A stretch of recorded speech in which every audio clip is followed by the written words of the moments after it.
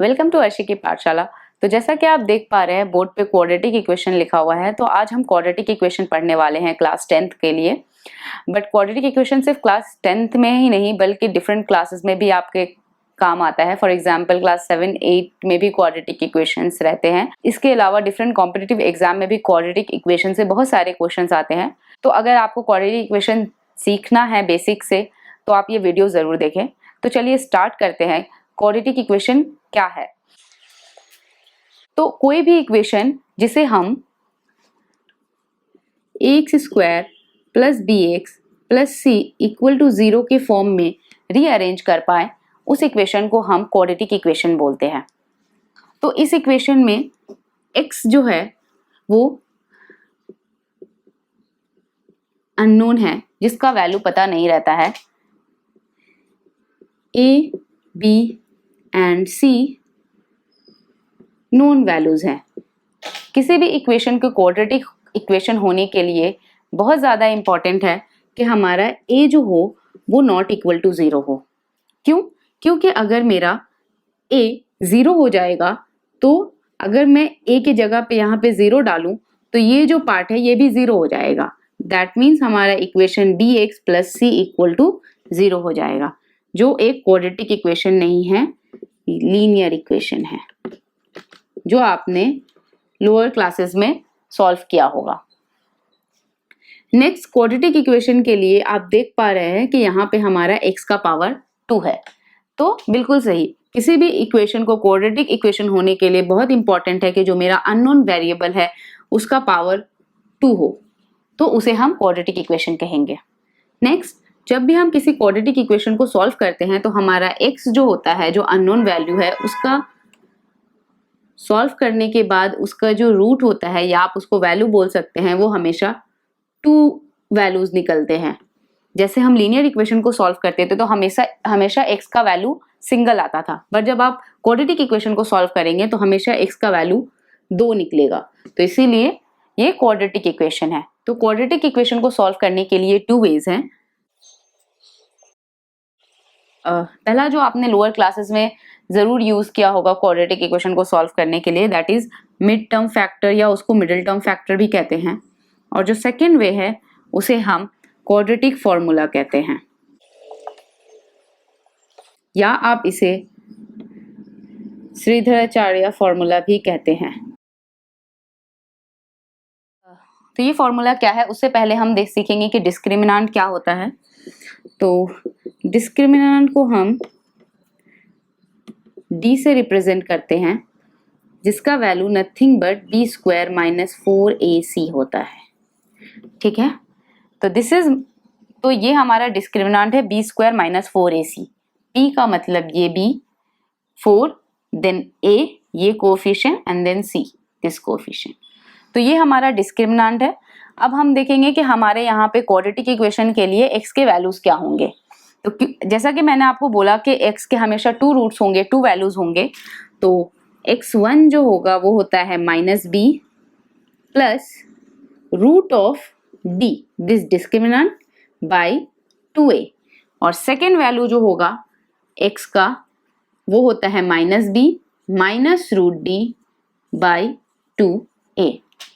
तो quadratic formula से हम डायरेक्टली ये फॉर्मूला यूज करके हम डायरेक्टली x के 2 रूट्स निकाल लेंगे, 2 वैल्यूज निकाल लेते हैं।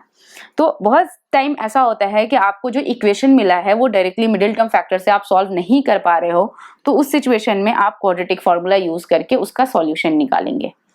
ठीक है, तो इस डिस्क्रिमिनेंट के अराउंड में आपको एक और चीज बताना चाहूंगी। तो जब आपका d = 0 होता है तो उस सिचुएशन में हम बोलते हैं कि x1 एंड x2, जब ये डिस्क्रिमिनेंट यानी b² - 4ac जो है वो = 0 होता है, तो उस सिचुएशन में हम कहते हैं कि दोनों रूट इक्वल है।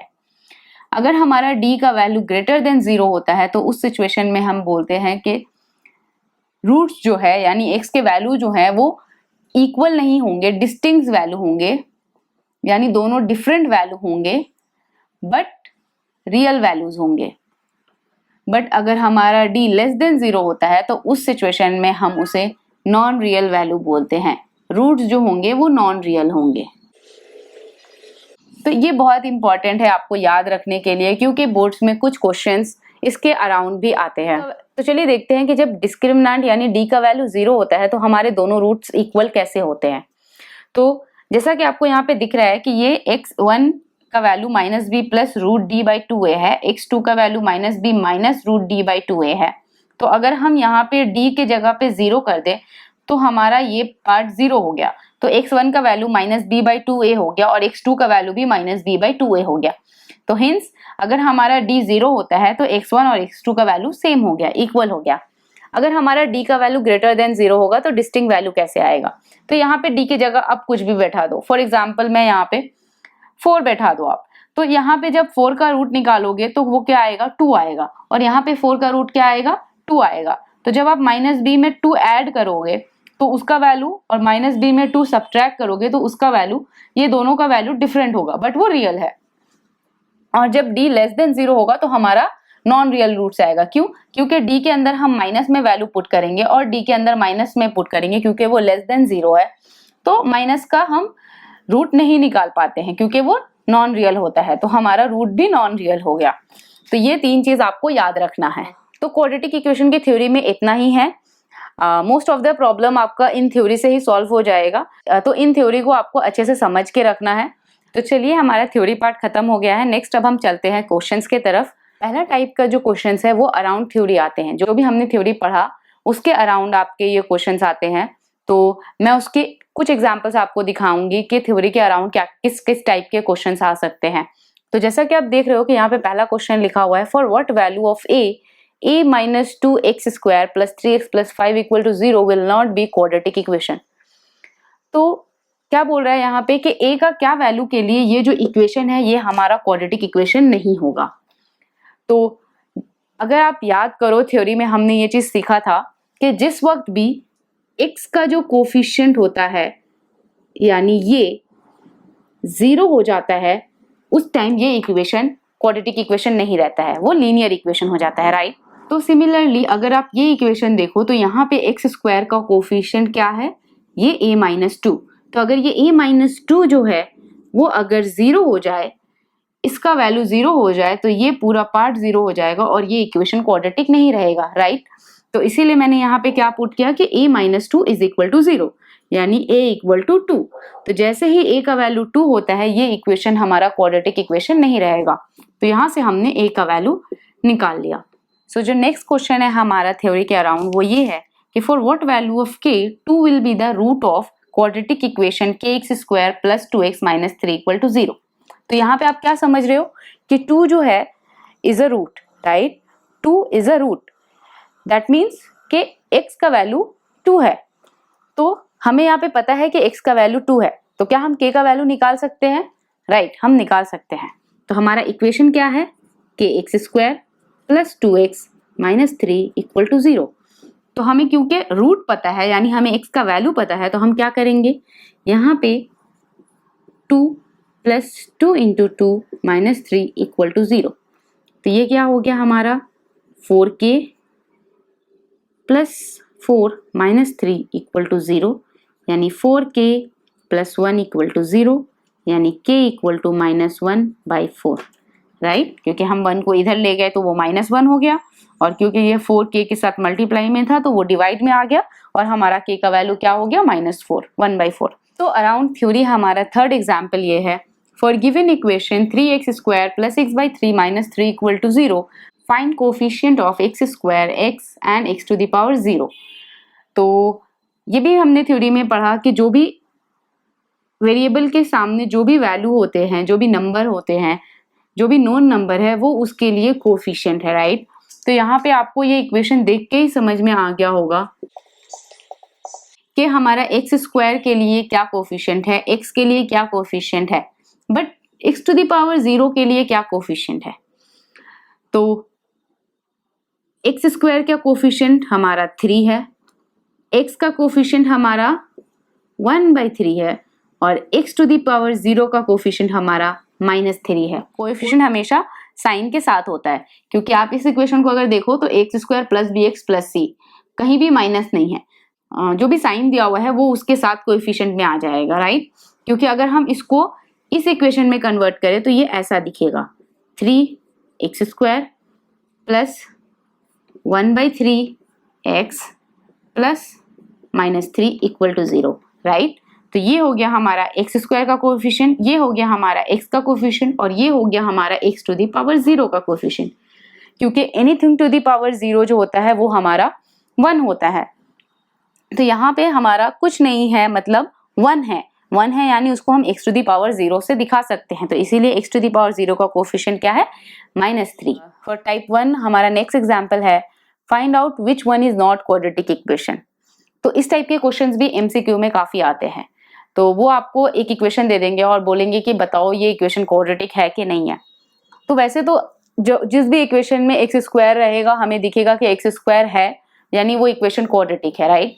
बट अगर आप ये इक्वेशन देखो तो ये इक्वेशन आपको देख के क्या लग रहा होगा कि मैं x को x के साथ मल्टीप्लाई करूंगा, x² हो जाएगा, तो ये मेरा क्वाड्रेटिक इक्वेशन है, राइट। बट आप कभी भी बिना इसको इस फॉर्म में लाए हुए कंक्लूजन पे ना पहुंचे, तो हम इसको उस फॉर्म में लाने के लिए क्या करेंगे, x² plus 5x plus x plus 5 minus x², इसको हमने मल्टीप्लाई किया एंड देन इसको मल्टीप्लाई कर रहे हैं, -x² minus 2x equal to 15, right. तो अभी आप देखोगे ये -x² और ये प्लस x² कट गया और अभी हमारे ये क्या हो गया, 5x plus x minus 2x यानी 4x इक्वल टू, ये मेरा उस साइड जाएगा तो ये हो जाएगा 10। तो अगर आप इसको देखो तो ये इक्वेशन हमारा क्वाड्रेटिक इक्वेशन नहीं है। क्यों? क्योंकि हमारा x का हाईएस्ट पावर स्क्वायर नहीं है।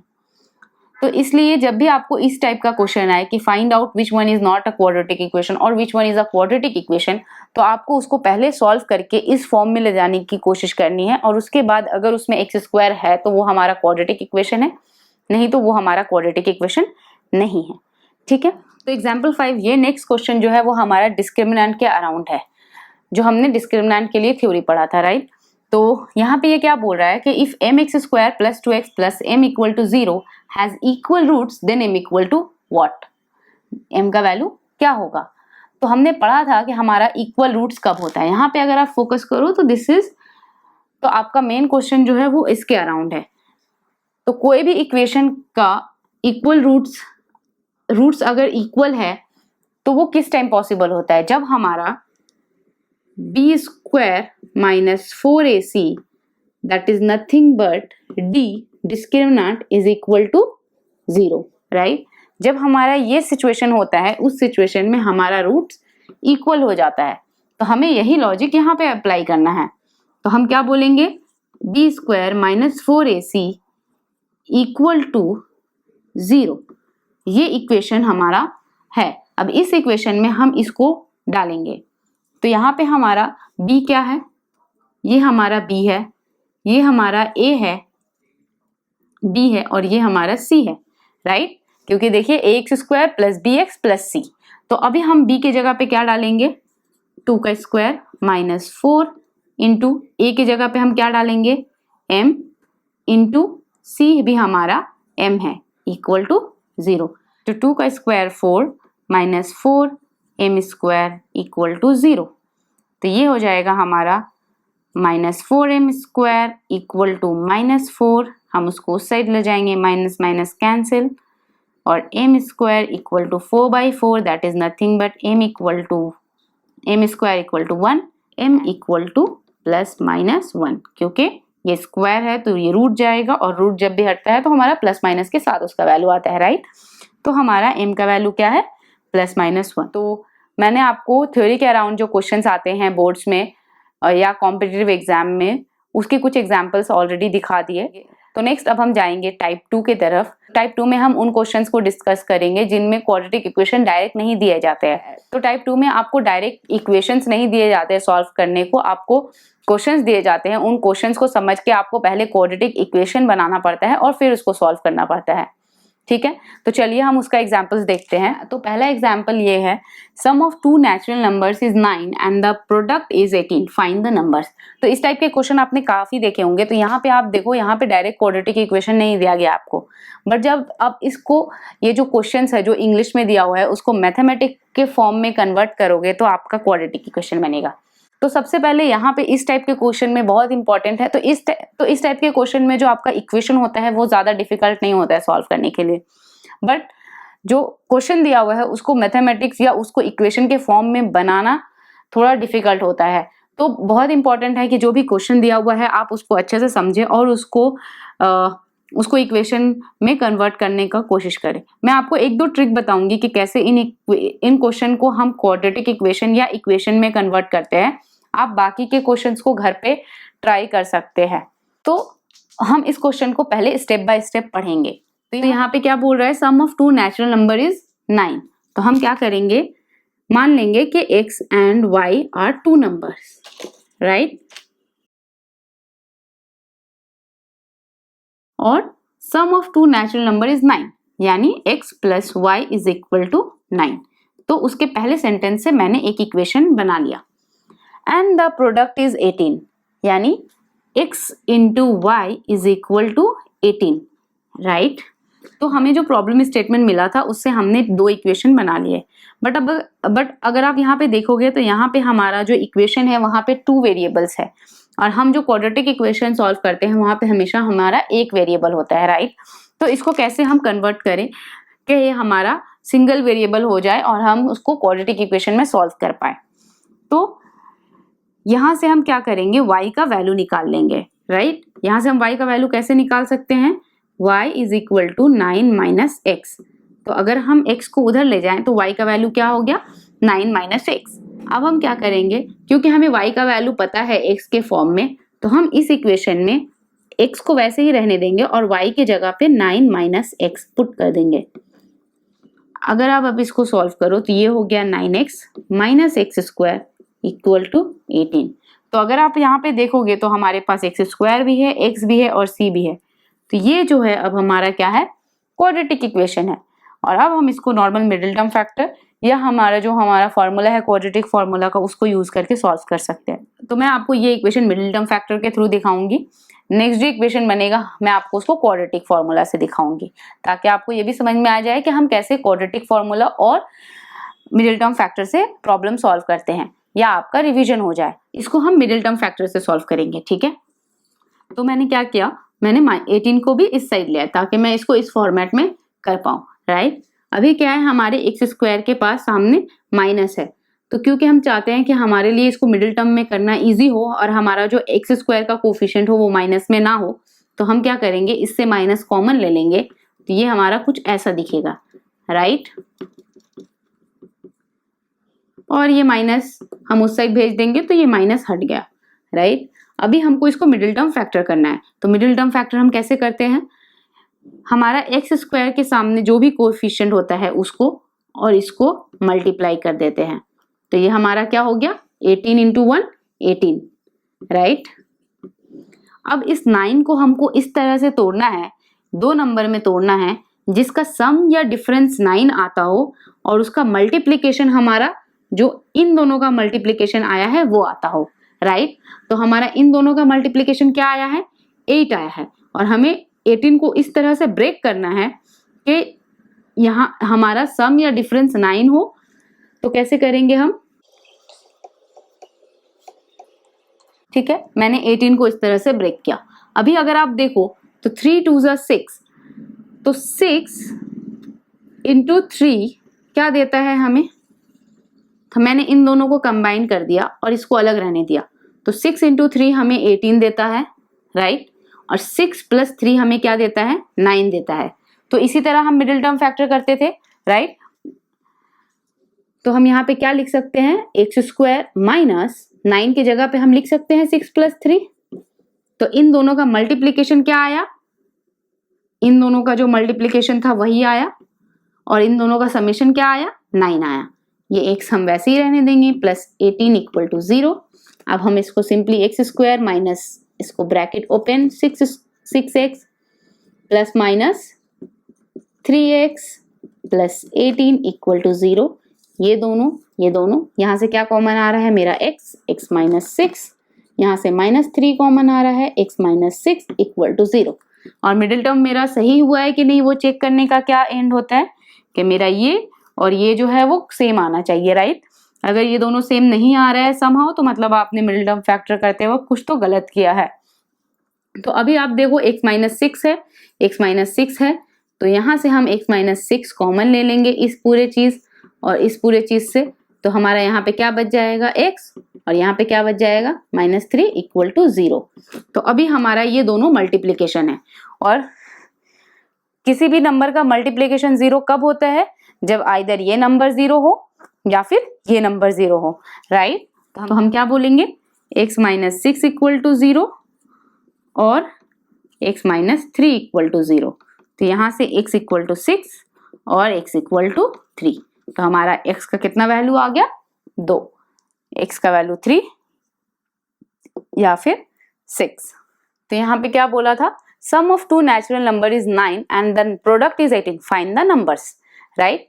तो अभी हमारा x का वैल्यू क्या आ गया है, 6 आ गया है, 3 आ गया है, और हमें x प्लस वाई पता है 9 है। तो अगर हम x का वैल्यू 6 लेते हैं तो y का वैल्यू क्या हो जाएगा 3 हो जाएगा, और अगर हम x का वैल्यू 3 लेते हैं तो y का वैल्यू क्या हो जाएगा 6 हो जाएगा। तो इस तरह से हमने x और y दोनों का वैल्यू निकाल लिया, ठीक है। अब हम एग्जाम्पल 2 देखते हैं जो हमारा सेम सिमिलरली रहेगा, जो डायरेक्ट आपको इक्वेशन नहीं दिया रहेगा, आपको क्वेश्चन दिया रहेगा। तो सिमिलरली एग्जाम्पल 2 में आप अगर देख रहे हो तो यहाँ पे भी डायरेक्ट इक्वेशन नहीं दिया है, आपको प्रॉब्लम स्टेटमेंट दिया है, इसको आपको इक्वेशन में कन्वर्ट करना है और फिर सॉल्व करना है, राइट। तो यहाँ पे क्वेश्चन क्या है, the length of Arshi's rectangular garden is 5 metre more than its breadth and the area is 204 square metre, find out the breadth and length. तो इस टाइप के क्वेश्चन में आपको फोकस कहाँ पे देना है, then right there is a comparison between length and breadth, and what is the comparison, that length is 5 meter more than its breadth, then length breadth जो भी हो लेंथ उससे 5 मीटर ज्यादा है। तो हमारा रिलेशन किस में है, लेंथ और ब्रेथ में, राइट। तो हमारा, तो आपको क्या करना है इस सिचुएशन में, क्योंकि लेंथ जो है वो ब्रेथ पे डिपेंडेंट है, तो आपको ब्रेथ का वैल्यू यहाँ पे लेट करना होगा, ठीक है। तो हम यहाँ क्या बोलेंगे, लेट ब्रेथ बी x। तो हमने ब्रेथ को x माना और हमें पता है कि लेंथ जो है वो ब्रेथ से 5 मीटर ज्यादा है, तो हमारा लेंथ क्या हो जाएगा 5 प्लस x, क्योंकि ब्रेथ हमारा x है और लेंथ हमारा 5 मीटर ब्रेथ से ज्यादा है। तो ये मेरा लेंथ हो गया। अभी हमें ब्रेथ x है, लेंथ ये है। नेक्स्ट क्या दिया हुआ है, and the area is 204 square metre, यानी हमारा जो रेक्टेंगुलर एरिया होता है वो क्या होता है 204 स्क्वायर मीटर। तो हम कैसे निकालते हैं रेक्टेंगल का area, length into breadth must be equal to 204। तो हम लेंथ की जगह क्या बैठाएंगे, लेंथ का वैल्यू जो हमने निकाला है 5 प्लस x और इंटू ब्रेथ का वैल्यू हमने क्या निकाला है x इक्वल टू 204। तो अगर इसको अब हम ओपन करें तो ये क्या हो जाएगा 5x plus x square equal to 204, यानी x square plus 5x minus 204 equal to 0। तो ये देखिए हमारा क्वाड्रेटिक इक्वेशन बन गया। तो अब इसको आइदर आप मिडिल टर्म फैक्टर से सॉल्व करें या फिर हमारा जो फॉर्मूला है क्वाड्रेटिक फार्मूला उससे आप सॉल्व करें।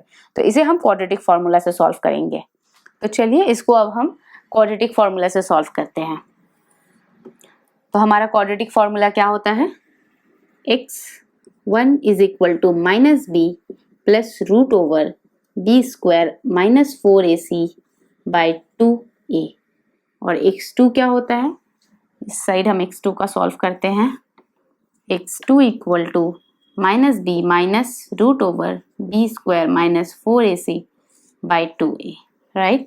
तो हमने x1 और x2 का फॉर्मूला लिख लिया है। अब हम यहाँ पे अपना जो हमने इक्वेशन निकाला था उससे a, b और c का वैल्यू पुट करके x1 और x2 का वैल्यू निकालेंगे, ठीक है। तो मैं यहाँ पे माइनस b हमारा यहाँ पे 5 है, तो माइनस 5 प्लस रूट ओवर 5 का स्क्वायर माइनस 4 इंटू a हमारा यहाँ पे 1 है और c यहाँ पे हमारा माइनस 204 है, राइट, डिवाइडेड बाई 2 इंटू 1। तो ये हो जाएगा हमारा minus 5 plus root over 25 minus minus minus plus 4 1 जा 4 and then 204, it is 816 divided by 2। ये हो जाएगा -5 plus root over 843 divided by 2। -5 plus 841 का रूट होता है 29 डिवाइडेड बाई 2। देन 29 माइनस 5 हो गया हमारा 24 divided by 2, that is nothing but 12। तो ये हो गया हमारा एक वैल्यू x1। सिमिलरली हम यहाँ पे निकाल लेंगे x2, तो यहाँ पे आ जाएगा -5 minus root over of similarly 841 divided by 2 -5 minus 29 by 2 which is nothing but -34 divided by 2 minus 17। क्योंकि हमारा जो लेंथ या ब्रेथ है वो नेगेटिव में नहीं हो सकता, तो ये हमारा x का वैल्यू होगा, राइट। तो हमारा x का वैल्यू क्या हो गया 12, तो हमारा ब्रेथ क्या हो गया 12, और क्योंकि लेंथ जो है वो 5 प्लस x है तो लेंथ हो गया हमारा 17। तो इस तरह हमने निकाल लिया अपना वैल्यू। तो आज के लिए हम इतना ही रहने देते हैं। तो आज हमने दो टाइप के क्वेश्चन सॉल्व किए। एक जो हमारा थ्योरी के अराउंड आता है, तो आप थ्योरी अच्छे से समझ ले ताकि जो भी क्वेश्चंस थ्योरी के अराउंड आए आप अच्छे से थ्योरी का लॉजिक लगाकर उसका आंसर दे पाए, उसका आंसर निकाल पाए। और दूसरा जो क्वेश्चन आता है वो इस टाइप का आता है जहाँ पे आपको डायरेक्ट प्रॉब्लम स्टेटमेंट जहाँ पे आपको डायरेक्ट क्वाड्रेटिक इक्वेशन नहीं दिया रहता है या इक्वेशन नहीं दिया रहता है, आपको प्रॉब्लम स्टेटमेंट दिया रहता है, उसको आपको इक्वेशन में कन्वर्ट करना पड़ता है और फिर सॉल्व करना पड़ता है, राइट। तो आपके बुक में जितने भी क्वेश्चंस इस टाइप के हैं या टाइप 1 के हैं, आप उन क्वेश्चंस को सॉल्व कर लो। और कोई भी अगर आपको क्वेरी है तो आप कमेंट सेक्शन में वो क्वेरी डाल दो, वो क्वेश्चन डाल दो अगर आपसे वो सॉल्व नहीं हो रहा है तो। टाइप 3 के जो क्वेश्चंस होंगे जो हम नेक्स्ट सेशन में करेंगे, तो टाइप 3 के क्वेश्चंस में आपको डिफरेंट इक्वेशंस दिए रहते हैं जो डिफरेंट वैरायटीज के होते हैं, तो उनको सॉल्व करने के डिफरेंट शॉर्टकट्स या डिफरेंट तरीके होते हैं जिससे आप इजीली उसका आंसर निकाल पाओगे। तो उसमें हम सारी वैरायटीज टाइप 3 में कवर करने का कोशिश करेंगे नेक्स्ट सेशन में। ऑल्सो एट द एंड मैं आपको एक बहुत इंपॉर्टेंट चीज बताना चाहूंगी कि आज आपने जो भी सीखा है आप मेक श्योर करें कि आप उसको प्रैक्टिस करें, क्योंकि प्रैक्टिस मेक्स मैथ्स परफेक्ट। आप जब तक प्रैक्टिस नहीं करोगे आप मैथ्स में एक्सपर्ट नहीं होंगे। तो आज जो भी टाइप का क्वेश्चन हमने किया है, आप मेक श्योर करो कि आप अपने बुक से इस टाइप के सारे प्रॉब्लम सॉल्व कर लो before next session. So thank you for watching and keep practising. और अगर आपको कोई भी क्वेश्चन या क्वेरीज है तो कमेंट सेक्शन में जरूर बताएं। Thank you.